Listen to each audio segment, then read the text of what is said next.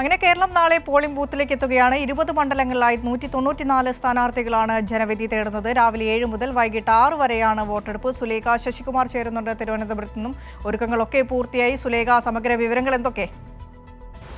വളരെ നിർണായകമായൊരു തെരഞ്ഞെടുപ്പിനാണ് സംസ്ഥാനം നാളെ സാക്ഷ്യം വഹിക്കാൻ പോകുന്നത്. രാജ്യത്താകെ രണ്ടാം ഘട്ട വോട്ടെടുപ്പ് നടക്കുകയാണ് നാളെ. അതിന്റെ ഭാഗമായാണ് സംസ്ഥാനത്തും നാളെ വോട്ടെടുപ്പ് നടക്കുന്നത്. വലിയ രീതിയിലുള്ള സജ്ജീകരണങ്ങൾ ഇതിനുവേണ്ടി തയ്യാറായി കഴിഞ്ഞു. വോട്ടെടുപ്പിന് വേണ്ടി ക്രമീകരണങ്ങളെല്ലാം പൂർണ്ണമായെന്നാണ് മുഖ്യ തെരഞ്ഞെടുപ്പ് കമ്മീഷണർ സഞ്ജയ് കൗൾ പ്രതികരിച്ചിട്ടുണ്ടായിരുന്നത്. അതിനൊപ്പം തന്നെ ഈ വലിയ പ്രതീക്ഷയാണ് ഈ തെരഞ്ഞെടുപ്പിൽ ഇടത് വലത് മുന്നണികൾക്കൊക്കെ തന്നെയുമുള്ളത്.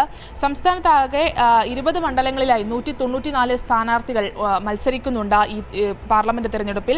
രാവിലെ 7 മുതൽ വൈകിട്ട് 6 വരെയാണ് തെരഞ്ഞെടുപ്പ് നടക്കുന്നത്.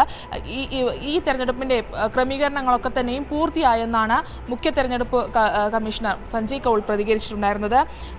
30,238 ഇലക്ട്രോണിക് വോട്ടിംഗ് മെഷീനുകളാണ്, VVPATകളാണ് ഈ തെരഞ്ഞെടുപ്പിന് വേണ്ടി തയ്യാറായിരിക്കുന്നത്.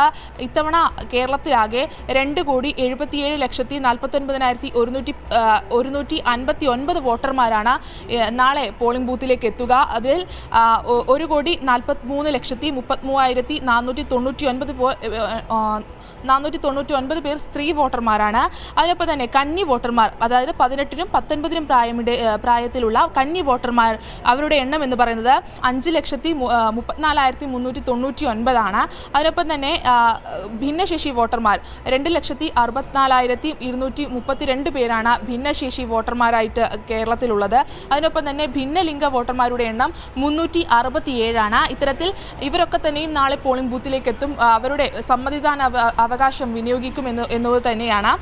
അതിനൊപ്പം തന്നെ പോളിംഗ് ഉദ്യോഗസ്ഥരുടെ എണ്ണം എന്ന് പറയുന്നത് 1,01,176 ഉദ്യോഗസ്ഥരെയാണ് വോട്ടെടുപ്പിന് വേണ്ടി നിയോഗിച്ചിട്ടുള്ളത്.